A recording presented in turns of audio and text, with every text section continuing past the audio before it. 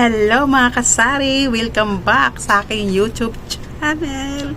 Oh my God, lumiit yung boses ko doon. So, kanina, ay hindi pala kanina, ngayon lang, inutusan ko yung asawa ko bumili sa local wholesaler sa May Bulacan mga kasari. Kasi naubusan na kami ng chicharon na malaki, yung Guinness yung tatak niya. So, doon sa binilhan niya doon, sa may mga chicharon, dito lang katabi yung local wholesaler doon. Mura din doon mga kasari. Para isang lakaran lang. So, ang inutos ko sa asawa ko ay isang box ng gin, saka yung wala lang sa amin dito mga biscuit, yung ganun. Tapos, basta kung anong wala lang. So, ganun lang yung routine namin dito sa aming tindahan mga kasari. Araw-araw. Halos araw-araw namimili yung asawa ko. Siya yung taga-bili, ako yung naiwan sa tindahan. Kasi dati, lagi akong sumasama. So, sayang naman yung binta kahit ganitong oras. Kasi ang oras is 2:30 ng hapon. Kahit ganitong oras, may bubili naman kahit pa isa-isa lang. So, sayang, diba? Pag iniwan mo yung tindahan mo, nag-close, tas uwi din kayo ng hapon. So, sayang ang kita. Pero mas malakas talaga ang binta tuwing hapon. Start ng 5 PM hanggang 10 yan.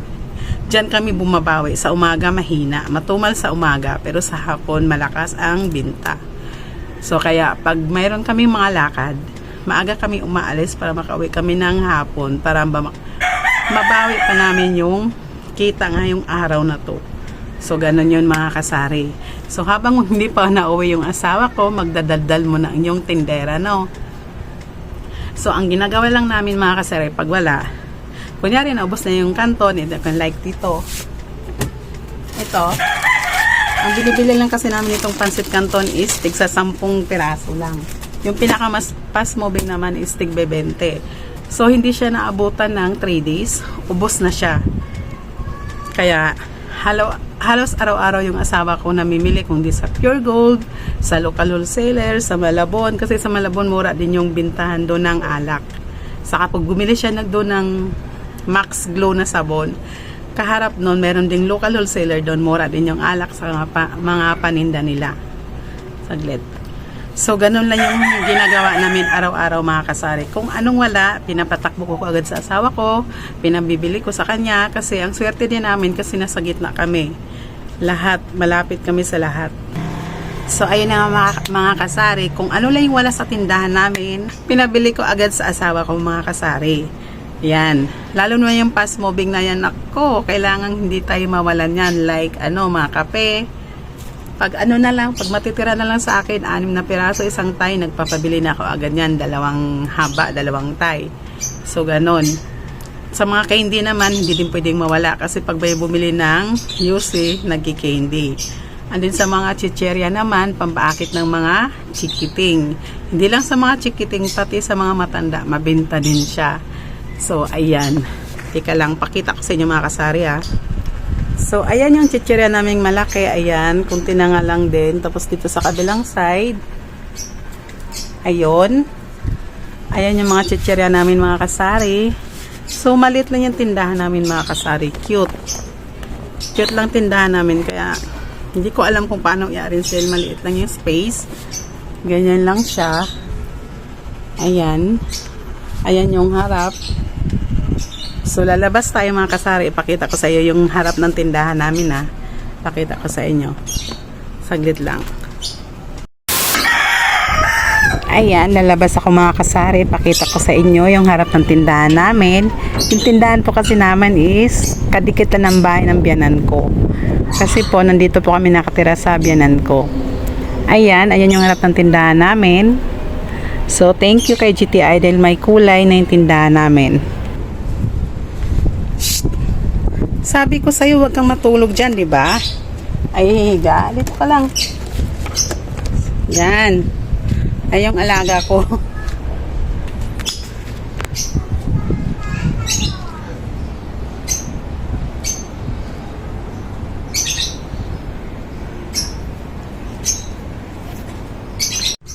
So, ayan yung harap ng tindahan namin mga kasari. Pininturahan niya ng GTI. So, thank you GTI. Naging maliwanag yung harap ng tindahan namin. Kasi dati wala siyang pintura. Parang malungkot. Ngayon masaya na siya. So, Charis. So, So mamaya mga kasari, pagdating ng asawa ko, i-haul ko sa inyo kung ano yung nabili niya. Pero nakita ko, nag-message siya ngayon, mahal na pala ang gin. Diyos ko Lord, nagulat ako. Last time kasi nang bumili, 1 for 16 lang. And then sa Malabon, dun sa isang local wholesaler is 1 for 28 lang yung gin nila. Tapos nakita ko sa message niya ngayon kasi nag-ano dito habang nagbi-video ako. Oh my God! 1,538 isang box. Ganun na pa talaga kamahal yung gin mga kasari. 1,538 divided by 24. Diba? Mag 64 na yung puhunan niya. Oh my God.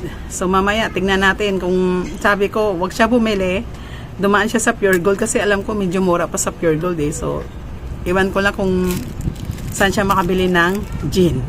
So mamaya ulit mga kasari. So ayan na mga kasari, nakauwi na yung asawa ko galing sa pamimili. Ha? Magkano kilo? Ay, magkano kilo? Ganun pa rin ang presyo niyan. Tingin. Ang tingin. Ganda na yung pwesto nila dun.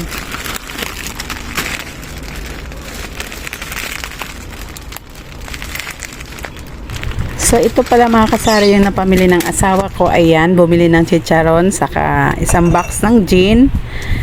And then bumili din siya sa local wholesaler ng ayan, 2 clover beets. Pang 10 ang bintahan ko niyan, saka yung original na corn beets. Ayan, 50 naman yung bintahan ko niyan mga kasari. Ayan. Isang isang balot lang yung kinuha niya, and then kumuha din siya pinabili ko din siya ng 2 ice pop saka overload 1 piraso, and then 3 honey. So ayun lang yung napamili niya mga kasari. Halagang 500 lang mahigit yun sa grocery kasi yung iba walang stock. So ayan na yung napamili niya. And then hapon na siya nakauwi kasi nga dahil sa gin na yun, pinahanap ko siya kung saan yung mura na mabilhan. Kung saan yung mura para naman mas malaki yung kikitain natin mga kasari. Tapos pala may kinuha din pala siyang Lady's Choice na bacon spread. Hello mga kasari, nagbabalik ang yung tendera kasi kanina nakauwi yung asawa ko is 5:20 PM ng hapon. So, sa mga time na yon is madami nang nabili dito sa aming tindahan. Kaya hindi ko na na-vlog, na-videohan ko lang ng konti yung pinamili niya. So, sa una niyang tinanungan, yung gin, 1 box doon is 1,530 nga. So, sabi ko sa kanya, magtanong siya sa ibang local wholesaler doon. So, may katabi. So, ayun na nga mga kasari, yung una niyang binilhan, akala ko mura pa yung gin nila doon. So, 1,530 daw. So, nag-message siya sa akin sa messenger. And then, sabi ko, maghanap pa siya, baka may katabi, may nakita siyang ibang local wholesaler doon, mga malaking tindahan. So, nagtanong siya, mas mura sana ng konti, mga 1 for something, kaya lang out of stock. So, ang sabi ko sa kanya, may madaanan ka namang Pure Gold. So, 2 nadaanan niyang Pure Gold, maliit na Pure Gold, yung mga junior, saka yung kasunod, wala ding gin. Ano ba talaga? So, napadpad siya sa sa may dalandanan Pure Gold, sa may Valenzuela, yan. So, ang price na pala ng gin sa Pure Gold is 1 for 64 na 1 box. So, ang puhunan is by 24. So, 61 pala mga kasari. Ang puhunan niya is 61 na sa isang piraso. So, nagmahal na nga. Pero parang kailan lang inutusan ko yung asawa ko dun sa Malabon. 1 for 40 lang yung gin nila. Ayan. Mas mura sila. Ayan. Ayan yung gin nila sa taas.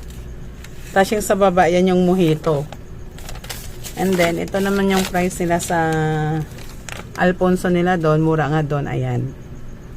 3,070 lang 1 box ng Alfonso doon. Kaya mura doon kasi sila. Parang bagsakan sila. Dami namimili ng alak.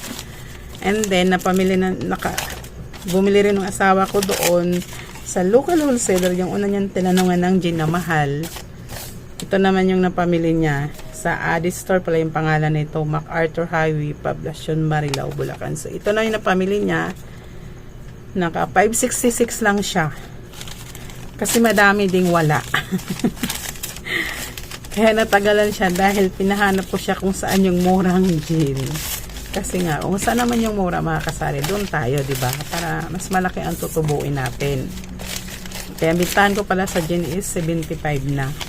Dati 70, ngayon 75 na. Sa mga doon sa bungad, sa unang papasok sa amin, ang bintahan ng gin nila is 85 na. So sa akin lahat bumili halos ng nantangga dito sa amin kasi mas mura nga yung gin namin mga kasari.